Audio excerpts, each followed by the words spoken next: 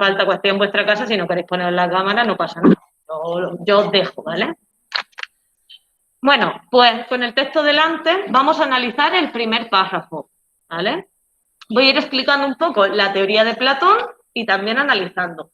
En el contexto, en el comentario de texto, análisis, que es la segunda pregunta del texto de selectividad, hay que hacer 4 cosas. La primera es la localización. ¿Qué significa localización? Primero tengo que explicar dentro de qué obra, dentro de qué libro está metido este texto.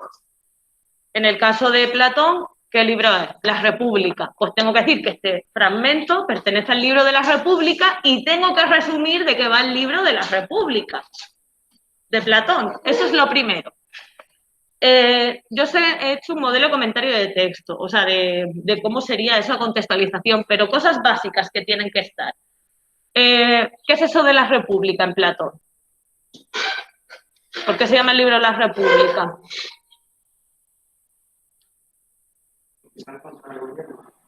Sí, vamos a cambiar, o sea, esa es la idea, pero vamos a mejorar la expresión. Pero efectivamente, él diseña una sociedad utópica, una sociedad mejor, ¿vale? Porque está en contra, ¿vale?, del sistema democrático ateniense. Esto también lo tenéis en las preguntas cortas, por cierto. ¿Por qué está en contra del sistema democrático ateniense? Porque efectivamente en la democracia aquellos que gobiernan son los que son capaces de convencer a los demás. Por tanto, este tipo, la sofística, la retórica, ha corrompido a los ciudadanos, ¿vale? Incluso han llegado a provocar la muerte de Sócrates, que fue condenado a muerte, ¿vale?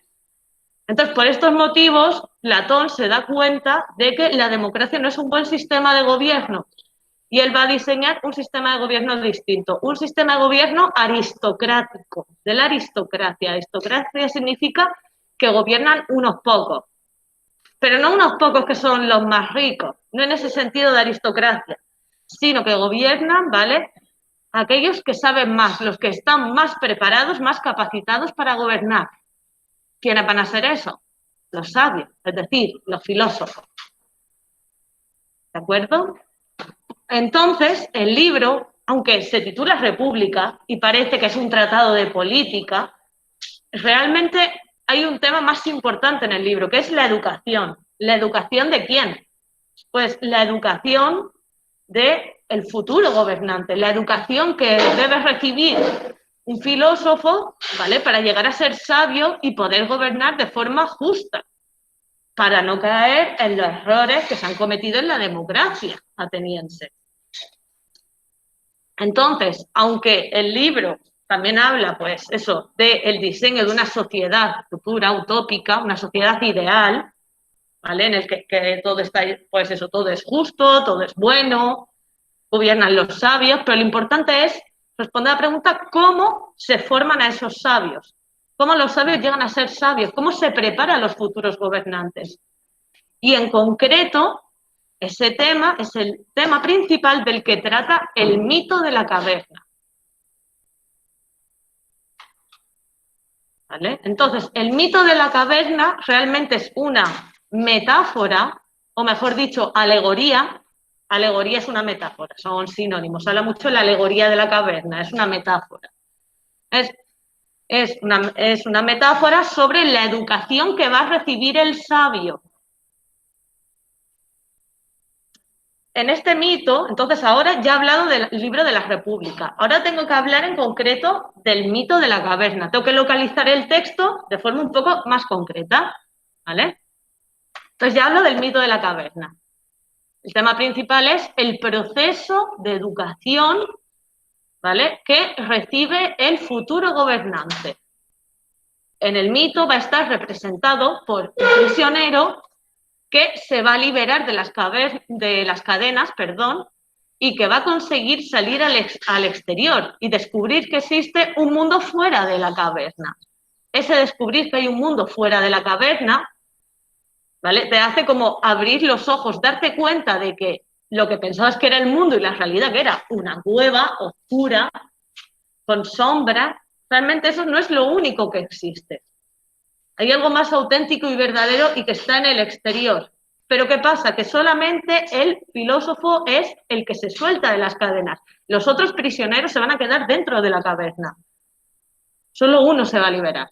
Es decir, aquí ya Platón lo que nos está diciendo es que no todos los ciudadanos, no todas las personas estamos preparadas para descubrir la verdad y el conocimiento. Solo unos pocos, y esos son los que nos deben gobernar.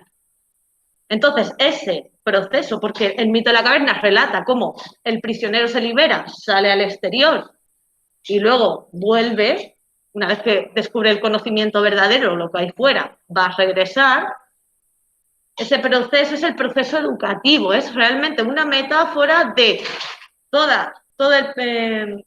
todo ese proceso educativo que tiene que pasar poco a poco el futuro gobernante. Es como una línea, eso se llama la línea del conocimiento. En la caverna, él va a estar al fondo de la caverna y poco a poco va a ir ascendiendo hasta el exterior, hasta llegar al exterior. ¿Vale? Entonces, ese ir aprendiendo poco a poco es como el aprendizaje, como la educación. Nosotros aprendemos muy lentamente, poco a poco. Descubrimos una verdad, luego otra verdad. Por ejemplo, como vosotros aprendéis matemáticas. Primero aprendéis matemáticas pues con dibujitos de manzanas en los libros de texto. 2 manzanas más 2 manzanas, 4. Y ahora mirad, en cambio, lo que sois capaces. Bueno, algunos suspendéis mates, pero pensad en lo que sois capaces de hacer. Ahora, ¿vale? Resolución, pues eso de, pues yo qué sé, pues resolver raíces cuadradas, ecuaciones de segundo, de tercer grado. Pero porque habéis ido aprendiendo muy poco a poco. A un niño de 4 años no le puede enseñar eso. Pues el que está preparado para gobernar también irá efectivamente aprendiendo poco a poco. ¿Cuál es ese método, ese proceso de ir aprendiendo poco a poco, de ir ascendiendo en el conocimiento, en la línea del conocimiento, que aprendo de menos a más? Ese método es el método dialéctico. ¿Vale? Esa es la dialéctica. Y tú dices, bueno, ¿y qué es la dialéctica, Luna? A ver, la dialéctica es algo bastante difícil de explicar, ¿vale? Pero es parecida a la idea, que esto en la contextualización nos ha faltado a algunos, es la idea, es la misma idea que la mayéutica de Sócrates. Mediante el diálogo, confrontando las ideas que yo tengo con otra persona, es probable que yo modifique y rectifique mi tesis, mi idea. A lo mejor dialogando con el otro me voy dando cuenta de que lo que digo no es verdadero y tengo que cambiarlo. Tengo que reformular mis ideas, porque no estaba acertado del todo. ¿Vale? Entonces yo he dicho una cosa, me doy cuenta de que no es y a raíz de enfrentar mi tesis a una antítesis, a una postura contraria a la mía, elaboro una tesis nueva. Entonces, ¿qué pasa? Que ahí yo, al dialogar con el otro, he aprendido un poquito más de lo que ya sabía. Entonces, el método dialéctico consiste en tomar las ideas que uno tiene, confrontarlas, cuestionarlas, ¿vale? Ver cuáles son las contradicciones de mi pensamiento, de mis ideas, y volver un poco, pues eso, a cambiar mis ideas, modificar mi conocimiento. Y entonces como que asciendo un poquito más en la línea del conocimiento. He aprendido algo, no me he quedado estancado en mis ideas fijas. He aprendido cosas nuevas. Entonces, la dialéctica sería como esa ciencia, porque para Platón es una ciencia esto de la dialéctica, ya tú dialogas con el otro e ir aprendiendo poco a poco, pero es como una ciencia, es la ciencia de la educación. Aparte, esto está relacionado con la mayéutica de Sócrates, porque en el fondo, eso está en los apuntes, veréis que para Platón también las personas tenemos el conocimiento en nuestro interior. Y solo mediante la dialéctica, hablando con los demás, confrontando mis propias ideas, voy sacando todo el conocimiento que tengo de dentro. Pero que está dentro de mí, no es que me lo enseñen de fuera. Yo lo sé. ¿Vale? Esa es la parte quizás más complicada, entender lo que es la dialéctica. Volveremos ahí y están los apuntes, ¿vale? Bien, pues una vez visto esto, ¿vale? O sea, yo... Bueno, os he dado una explicación más larga, ¿vale? De la cuenta, pero en el comentario de texto, primero, la localización, a qué obra pertenece, de qué va la República, luego en concreto, de qué va el mito de la caverna, y ya puedes decir un poco si estoy al principio del mito de la caverna, si estoy a mitad o al final. Si estoy al principio, pues luego terminaré diciendo qué va a suceder después en el mito, que sucede más tarde. Si estoy en medio, pues cuento qué ha pasado antes y qué va a pasar después en la historia. Y si estoy al final, pues resumo un poco lo que ha ocurrido antes y ya pues me centro en analizar mi trozo. Entonces, explicar la obra en la que está, explicar el concreto, el tema principal del mito de la caverna y situar este fragmento dentro del mito, si va al principio, al final y qué ha pasado antes o qué va a pasar después. Eso es lo primero que hay que hacer en un comentario de texto, localización. Segundo tema, esto es lo que más os cuesta. El tema principal. El tema principal se expresa primero en una sola frase. Una frase. Pero después de decir esa frase, hay que explicarla un poquito más, ¿vale? Entonces, realmente, cuando yo explico lo que es el tema principal, utilizo un pequeño párrafo, ¿vale? Entonces, tengo que decir, el tema principal de este fragmento es, y el que sea, y luego lo explico un poquito, a qué me refiero, ¿vale? El tema principal no es una palabra, el tema principal es la educación, no, tiene que ser una frase, lo que yo diga. El tema principal es la caverna, no. Importante dentro del tema principal. Todo esto, el mito de la caverna, es una metáfora de lo que dice Platón. Todo es metáfora. No me podéis decir nunca que el tema principal es una caverna, unos prisioneros. No podéis hablar usando las metáforas de Platón. No podéis hablarme de la historia en sí. Lo que tenéis que hacer es como cuando analicéis en un poema, yo que es un poema de García Lorca lo que analicéis, que todo el poema ese te está hablando a lo mejor de un río y realmente el río es una metáfora de la vida, ¿no? Y tú no estás hablando del río, ¿tú de qué hablas? De la vida, lo que es la vida para este autor. Y este autor lo simboliza con un río, por ejemplo. Pues con Platón pasa lo mismo. No puede estar hablando todo el rato de cavernas, prisioneros, no. Eso tiene un significado. Yo tengo que hablar de lo que eso significa. ¿De acuerdo? Entonces, para situaros un poco, el mito de la caverna es una gran metáfora. Está el interior de la caverna y el exterior de la caverna. ¿Qué simbolizará cada cosa para Platón?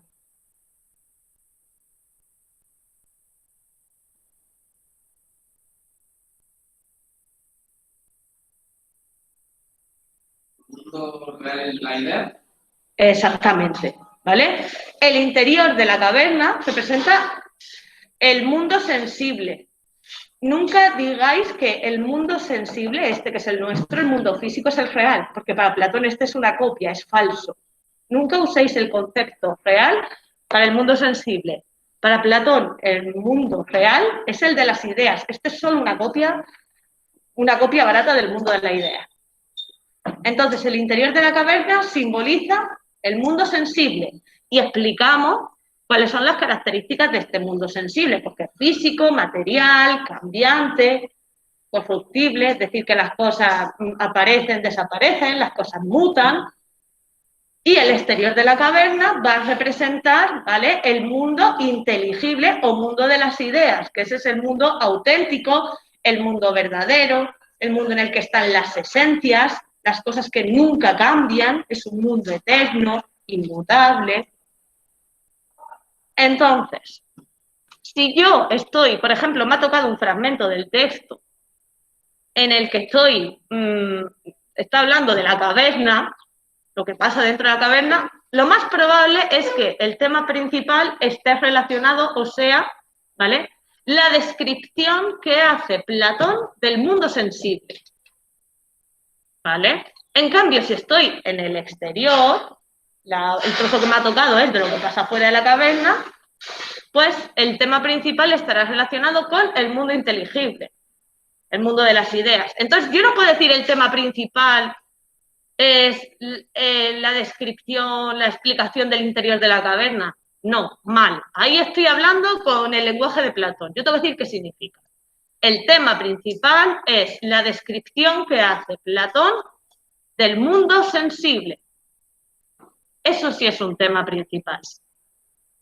Es decir, el tema principal es ya traducido lo que se refiere Platón, no las palabricas de aquí de la caverna, los prisioneros, eso no, eso hay que decir qué significa. Entonces, primero sería el tema principal. Ahora veremos un ejemplo, ¿de acuerdo? Segunda parte, tercera parte del comentario. La estructura. Igual que en lengua, muchas veces os hacen dividir un texto en partes, ¿no? ¿Os dice la profesora dividir cuántas partes tiene el texto o no? Sí. Pues aquí lo mismo. Hay que dividir el texto, ¿vale? Pues eso, en 3 partes. O en 2 partes.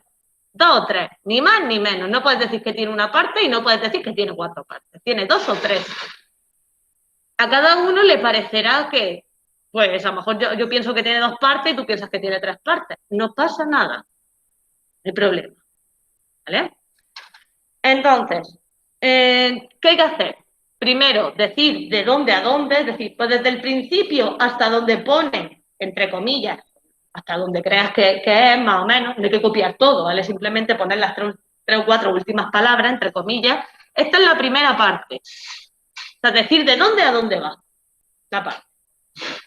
Después, tengo que decir cuál es el tema o los temas que se tratan en esa parte. ¿Qué temas, qué ideas aparecen en esa parte que has seleccionado? Eso está relacionado con el cuarto último punto de lo que hay que hacer en un análisis de texto, ¿vale? Que es coger los conceptos, las palabras más importantes del texto de Platón. Veremos que hay palabras que son importantes y palabras que no importan nada, ¿vale? Entonces, yo cuando diga en esta parte el tema principal es el tema de esta parte en concreto, porque una cosa es el tema principal de todo el texto y otra cosa son las partes. Cada parte tiene un tema diferente, por eso lo hemos dividido. Pues si yo te digo, en esta parte, Platón nos explica, pues, yo qué sé, la condición humana, como la ignorancia del ser humano.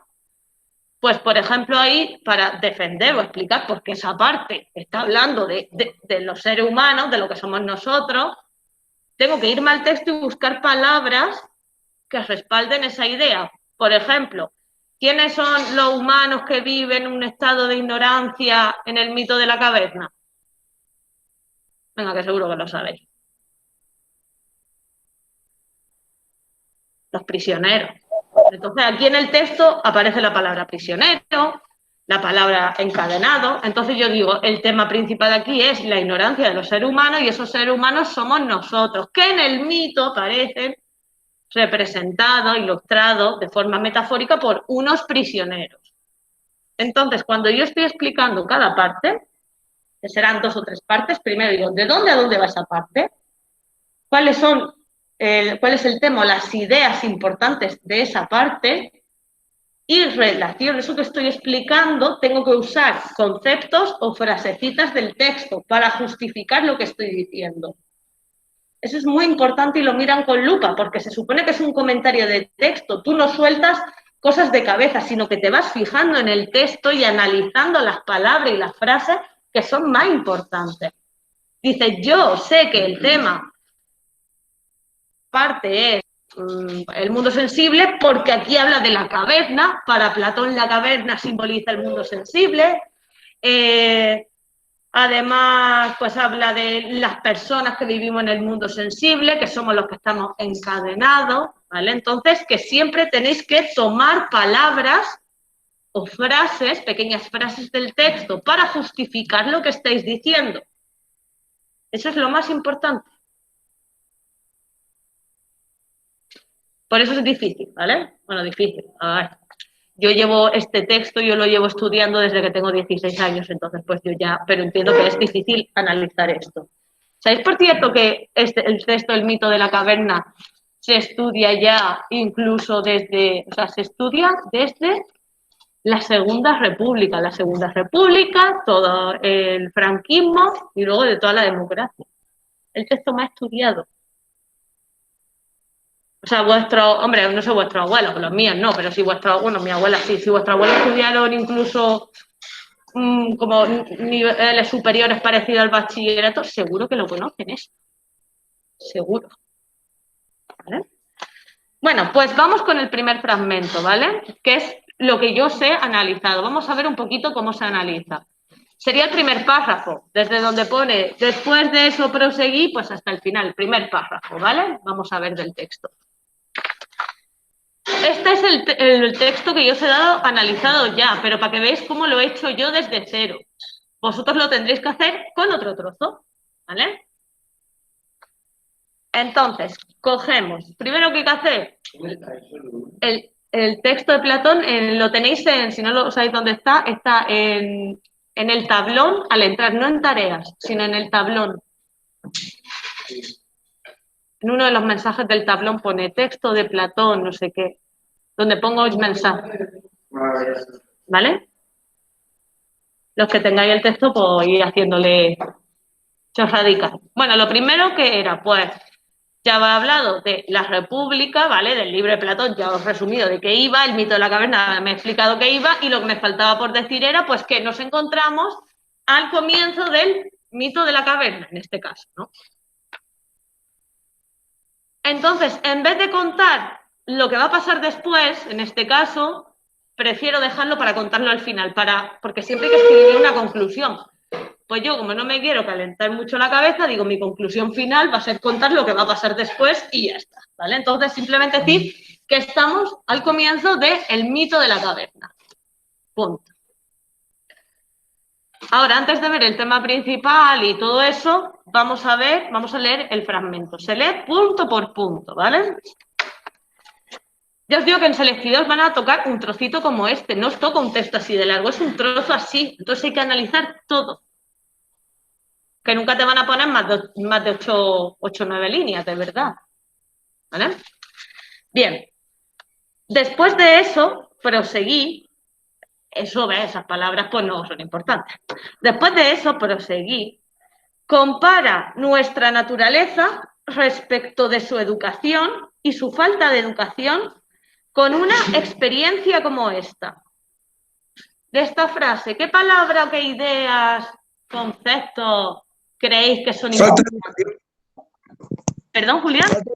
Falta de educación es muy importante, ¿no? Exactamente, falta de educación. ¿Alguien más? Yo te iba a decir la frase entera de nuestra naturaleza. Bueno, pues pero nuestra naturaleza, ¿vale? Nuestra naturaleza y falta de educación. Lo digo porque seleccionamos un poco esto para no copiar la frase entera, porque si no un poco peñazo. Entonces, señalaríamos nuestra naturaleza y falta de educación. ¿Qué significa nuestra naturaleza y falta de educación? ¿Qué nos está diciendo esto? Somos maleducados. ¿Eh? Por naturaleza somos maleducados. No maleducados. Pero sí está diciendo eso, pero sí es verdad que está hablando de la naturaleza humana, de cómo somos los seres humanos, un rasgo característico de los hombres, bueno, hombres y mujeres, ¿vale? ¿Y por qué falta de educación no es ser maleducado? ¿A qué se refiere que no estamos educados, esa falta de educación? No es la educación de los buenos modales, es otra cosa. De que somos... Exactamente, que somos un inculto. ¿Quién lo ha dicho? Oye, no sé. Que somos un inculto, un ignorante. Entonces está diciendo que, y en esta frase nos está diciendo que lo que nos caracteriza a los seres humanos, a las personas, es que somos, más que decir incultos, ¿vale? Pero que somos unos ignorantes. Vivimos en un estado de ignorancia, no estamos bien educados, no sabemos las cosas. Somos ignorantes y eso es algo característico del ser humano. Eso es como la primera idea. Y ahora dice, represéntate hombres en una morada subterránea en forma de caverna, que tiene la entrada abierta en toda su extensión a la luz. ¿Qué palabras diréis que son importantes aquí? Morada subterránea, es muy importante, efectivamente. ¿Qué más? Caverna también. ¿Qué más? A la luz. Podríamos dejarlo, pero luz es interesante también señalarlo, ¿vale? Y sí, bueno, y morada subterránea y hombres en morada subterránea, ¿vale? Porque va a estar relacionado. Bueno, pues recordad que lo primero que nos ha dicho era eso, que compara nuestra naturaleza, cómo somos las personas, ¿vale? Con esta experiencia, es decir, con esta historia que te voy a contar. Entonces, ya en la primera frase, y aquí, lo que nos va a decir Platón es que nosotros seamos unos ignorantes, vivamos inmersos en un estado de ignorancia, de falta de educación, ¿vale? Es algo típico de los hombres y que lo va a ilustrar, lo va a mostrar en la siguiente historia, ¿vale? ¿Qué es la morada subterránea? Morada subterránea y caverna, está bien que pongáis las dos palabras juntas, ¿vale? Porque son sinónimos. ¿A qué hemos dicho que se refiere la morada subterránea o la caverna? Al interior. Al mundo sensible, ¿vale? La morada subterránea y la caverna son el mundo sensible, ¿vale? Esa idea importante. Y luego lo de la luz lo vamos a dejar porque luego lo veremos, pero es importante, ¿vale? Luego esto lo dejamos para más adelante. Entonces, lo que nos está diciendo en estas dos primeras frases es que nosotros, los seres humanos, que somos un ignorantes, es como si viviésemos, ¿vale? De forma metafórica, dentro de una caverna, estuviéramos presos en el interior de una caverna. ¿Qué significa eso? Que los seres humanos vivimos atrapados en el mundo sensible. Los seres humanos vivimos en el mundo sensible, ¿no? Vale, pues precisamente que vivamos en el mundo sensible es lo que hace que seamos unos ignorantes. ¿Por qué? ¿Qué es lo que desconocemos? Desconocemos las ideas, ¿no? Exactamente, desconocemos las ideas, desconocemos el mundo exterior. No conocemos el mundo de las ideas, no conocemos lo que es la realidad, lo que está afuera. Entonces, aquí de lo que nos está hablando básicamente es de la ignorancia de las personas y que esto, explicado con una metáfora, es como si viviésemos dentro de una caverna ignorando que existe un mundo fuera de la caverna.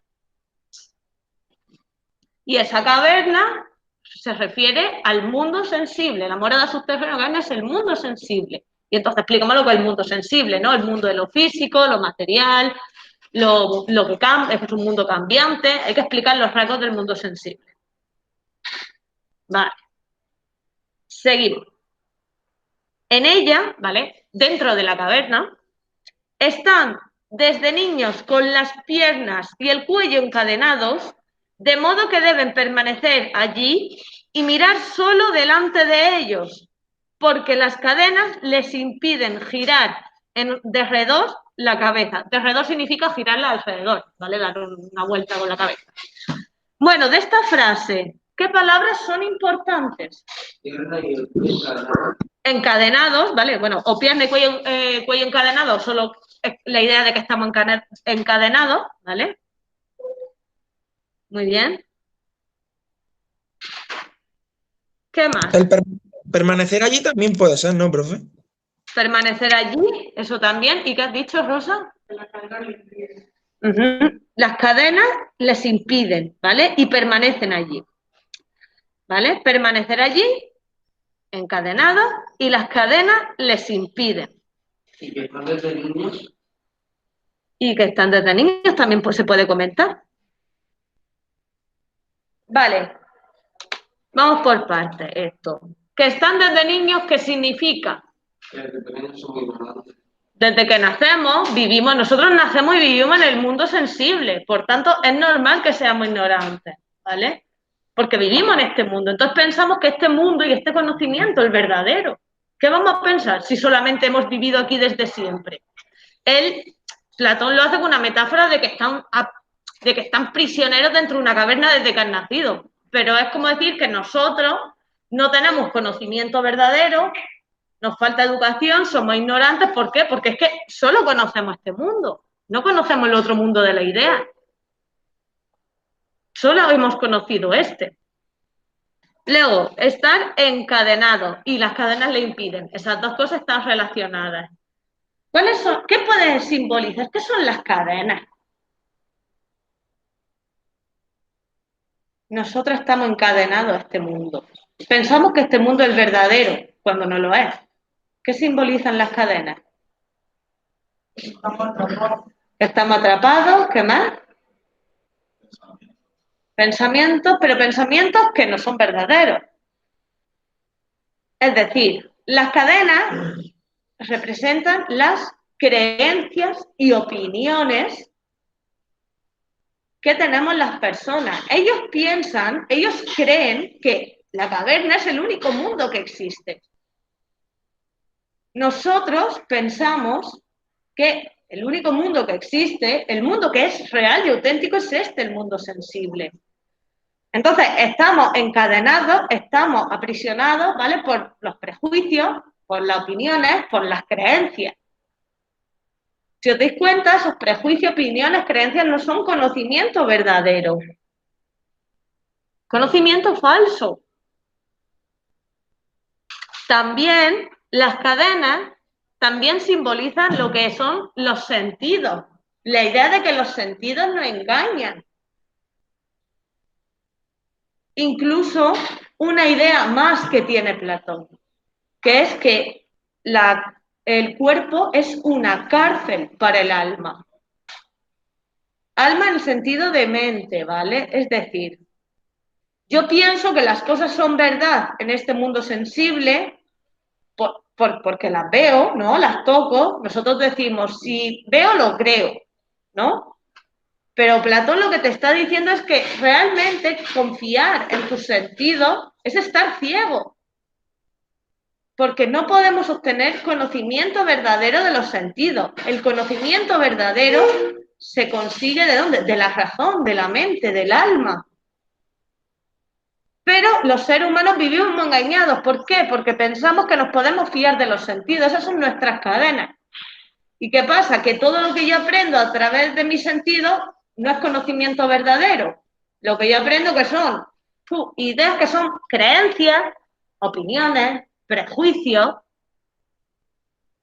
¿Por qué? Porque cada uno percibe una cosa distinta del mundo. Por tanto, cada uno tiene montado en su cabeza una paja mental diferente de lo que es el mundo. Vosotros, por ejemplo, pensad, hay personas que a lo mejor hay que hacer un comentario más o menos inteligente, y hay gente que dice, oh, joder, qué tío más listo. Y hay personas que dirán, qué prepotente y qué estúpido que es. ¿Ves? De lo mismo que habéis oído, de lo mismo que habéis captado por los sentidos, tenéis nociones de la realidad muy distintas. ¿Podemos decir que la percepción que tenéis, la idea que tenéis de esa persona es conocimiento verdadero? Ni uno ni el otro. Son opiniones que habéis formado vosotros a raíz de lo que habéis escuchado. Pero eso no es conocimiento verdadero. Son opinión y creencias. Entonces, ¿qué pasa? Que todo lo que percibimos por los sentidos generan ideas que no son 100% verdaderas. ¿Por qué? Porque cada uno capta, aunque captemos lo mismo por los sentidos, cada uno como que interpreta una cosa, lo siente de una manera. No nos vamos a poner de acuerdo. Pensad cuando tenéis discusiones con vuestros amigos muchas veces.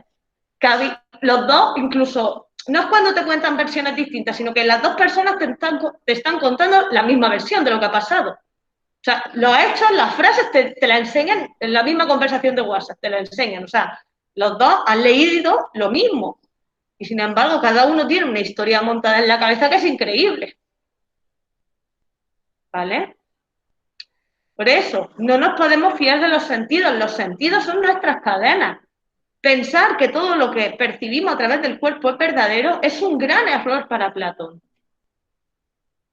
¿Por qué? Porque ese conocimiento pensamos que es verdadero y no lo es. Y sin embargo actuamos como si lo fuera. Yo he escuchado esto y tú eres de esta manera y tú eres así y ya está. Y nadie me va a cambiar. Lo defiendes como si fuera conocimiento verdadero. Cuando no lo es una creencia. Y una creencia cambia, varía, no es objetiva, es subjetiva, depende de cada uno. Entonces dice eso, que todos nosotros siempre hemos vivido en el mundo sensible, siempre hemos creído que el conocimiento verdadero nos lo dan los sentidos, pero realmente lo que hacen los sentidos es encadenarnos. Construyen conocimiento que es falso, construyen prejuicios, creencias. Y sin embargo para nosotros es cierto. Pues imaginaos si esto es falta de educación, ignorancia total. Y entonces dice que eso, que esas cadenas, ¿no? El cuerpo, los sentidos, los prejuicios, nos impiden ver más allá. Todos tenemos la cabeza llena de prejuicios. Y muchas veces os pasará a vosotros, no sois capaz de ver la parte buena de una persona o que otra persona lleva razón por los prejuicios que tenéis hacia esa persona. ¿No pasa alguna vez que pasa el tiempo y tú dices, hostia, tía, me acuerdo cuando te conocí, pensé que era una asquerosa, pero en verdad es muy buena tía, ¿ves? Pero eso que tenías ya en la cabeza, al principio pensabas que esa persona era mala y te lo montaste tú. Y lo defendí y tú pensabas que esa persona era una asquerosa. ¿Te fiabas de qué? ¿De tu mente, de tus sentidos, lo que ves, lo que percibes? Pues te has formado una idea errónea del mundo. Y así con todo en la vida. ¿A qué es profundo esto del mito de la caverna? Si te pones a pensar, dices, joder, con Platón. No, porque a todo el mundo le ha pasado esto. O nos han juzgado y hemos juzgado. Vamos, yo la primera y me sigue pasando, por desgracia, con 30 años. Y yo digo, no aprenderé. Ojalá algún día aprenda. Bueno. Y permanecer allí, ¿vale? Parece como que permanecer ¿dónde? En el mundo sensible. Cuando dice permanecer allí, el allí se refiere al mundo sensible, que las personas en principio hemos nacido en el mundo sensible y nos vamos a morir en el mundo sensible y no vamos a saber que hay conocimiento verdadero, que hay otro mundo. O sea, como que parece que estamos condenados a la ignorancia. Eso es lo que parece. Siguiente frase. Esta va hasta el final, así que vamos a ir pillando todo. Más arriba y más lejos se halla la luz de un fuego que brilla detrás de ellos, y entre el fuego y los prisioneros hay un camino más alto, junto al cual imagínate un tabique construido de lado a lado. Como el biombo de los titiriteros, levantan delante del público para mostrar por encima del biombo los muñecos.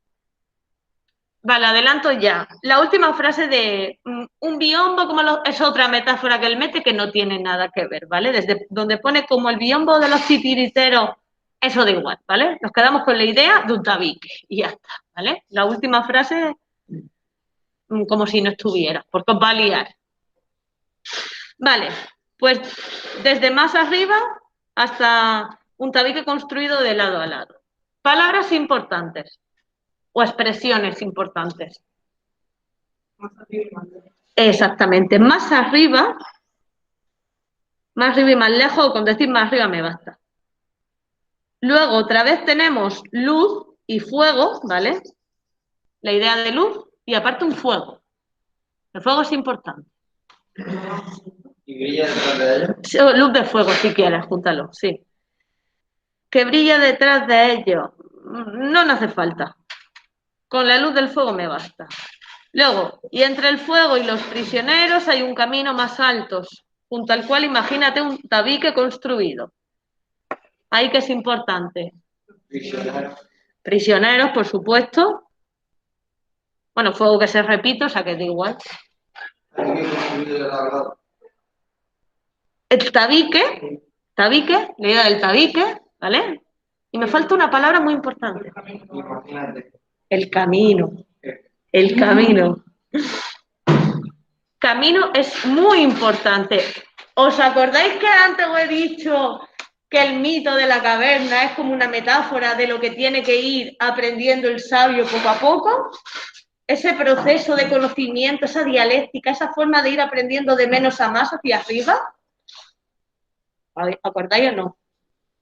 Bueno, pues eso es la metáfora del camino. El camino que van a tener que recorrer los prisioneros para descubrir el mundo exterior, descubrir el exterior de la caverna, el mundo de las ideas. Ese camino representa la dialéctica o la educación, el camino hacia la educación, el camino hacia el conocimiento verdadero. Entonces, el camino es muy importante. Es la educación o la dialéctica para Platón. Es el proceso de conocimiento, el proceso de educación para alcanzar el conocimiento, recorrer un camino que va a ser duro, bastante. Luego veremos para el prisionero. Luego, ese más arriba que está haciendo referencia. Claro, dice, más arriba hay una luz y un fuego, pero lo que te está diciendo es que la caverna cada vez, como que puedes salir de la caverna, que hay un exterior, que puedes ascender más allá, más lejos, más hacia arriba, hay un fuego y luego hay más cosas, pero es la idea de ascender incluso, aunque aquí no lo diga, ese más arriba te quiere decir que incluso hay un exterior de la caverna, ¿vale? O sea, que lo importante es que si sigues ascendiendo, si sales del fondo de la caverna, si eres un prisionero encadenado y vas, te libras de tus cadenas, eres capaz de ir hacia arriba, eres capaz de obtener conocimiento verdadero, de subir el camino, es decir, de empezar con tu proceso educativo, eres capaz de salir e ir poco a poco descubriendo la verdad hasta llegar al exterior. Los prisioneros, pues, evidentemente, pues otra vez pues, habría que explicar, pues, eso que los prisioneros somos nosotros, por qué estamos prisioneros, por qué estamos encadenados, ya que estamos encadenados, eso se refiere a los sentidos, al cuerpo, a los prejuicios, a las creencias. Todo el rato lo mismo. Y la luz del fuego, lo de la luz del fuego lo explicaré más adelante porque es un poquito más abstracto, un poquito complicado de entender. Esto es importante, pero lo dejo para el final porque vamos a flipar un poco con esta idea, ¿vale? Y el tabique lo que te está diciendo es que incluso la caverna está dividida en dos partes. Cuando veis mis apuntes de Platón, veréis que hay una tabla con colorines, no la de los tipos de alma, hay una que empieza a hablar de como que explica la caverna entera. Bueno, en esa tabla se ve un poco esta división del tabique.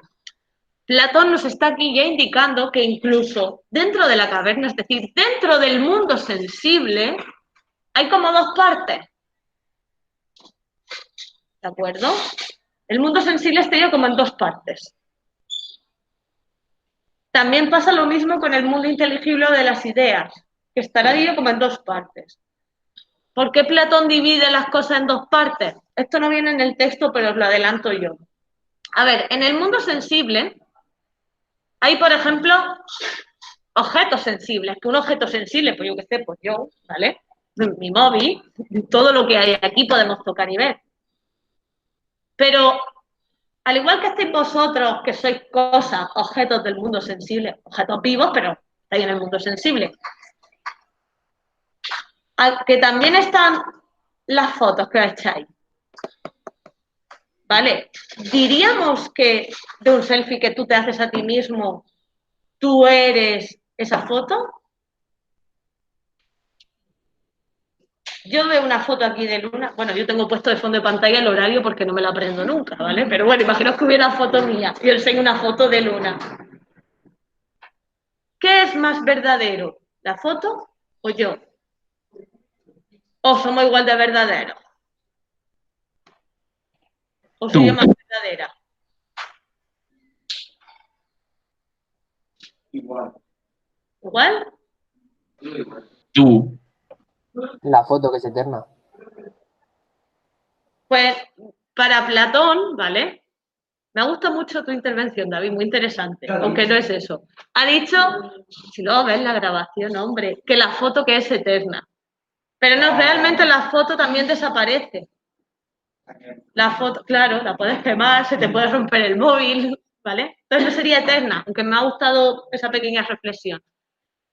Yo soy más verdadera que las fotos, espero, salvo que yo sea una falsa de campeonato. Hombre, a veces lo he sido, pero no quiero serlo en mi vida. Todos lo hemos sido alguna vez, hay que admitirlo. Pero bueno, yo soy más verdadera que la foto. Pues eso se refiere Platón con que el mundo sensible hay como dos niveles distintos de cosas reales en el mundo sensible. Una cosa son los objetos sensibles, las cosas sensibles, y otra cosa son las copias, las imágenes de los objetos sensibles. O pensad, por ejemplo, en vuestra sombra. Vuestra sombra sois vosotros. ¿Pero qué es más verdadero? ¿La sombra o tú? Tú, ¿vale? Por eso te dice que hay como un tabique, que incluso dentro del mundo sensible hay dos niveles. Están los objetos sensibles y luego están las copias, las imágenes de los objetos sensibles. Entonces ya ahí Platón te está indicando con el tabique esa división de que, pero incluso dentro del mundo sensible hay cosas más verdaderas que otras. Aunque no hay nada verdadero al 100%, como sí lo son las ideas, pero incluso dentro de lo que es el conocimiento y este mundo que es falso y aparente, hay cosas que son más auténticas que otras. Por eso dividimos el mundo como en dos partes. Que aquí no lo explica, pero ya os lo estoy adelantando yo. ¿Vale? Entonces, ya lo que me faltaría hacer, vale, ¿cuántas partes diríais que tiene o qué tema hemos visto? Más fácil, ¿qué tema hemos visto? ¿Qué idea? El ser humano es ignorante, por ejemplo. Exactamente, la ignorancia del ser humano. ¿Vale? La condición humana sería, ¿qué más voy a decir? La condición humana, ¿vale? De su estado de ignorancia. Es una idea. ¿Qué más idea?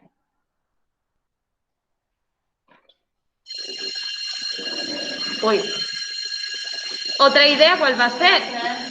¿El qué? Sí, un poco el conocimiento del mundo sensible, ¿no? Que son creencias, tal, y luego lo que es la descripción del mundo sensible en sí. La descripción del mundo sensible como tal. La descripción de la caverna. Y luego el conocimiento asociado, aparejado al mundo sensible. Bueno, pues esos podrían ser 3 temas, ¿vale? Entonces, uno sería el tema principal y lo otro las partes. Lo que quiero que hagáis para el próximo día, vosotros también, ¿vale? De vuestra casa. Mirad, os leéis el comentario de texto de este fragmento que lo he escrito yo, que tú dices, bueno, Luna, pero hay cosas que tú has dicho de otra manera. Ya, es que un comentario de texto se puede hacer de 5 o 6 formas distintas. Pero desde donde pone, imagínate ahora que hasta... Siempre. Indudablemente. Indudablemente. Nos vamos... Indudablemente. No, nos vamos, no. Se va ella, vosotros quedáis. No, yo. Sí, intentáis analizar en vuestra casa.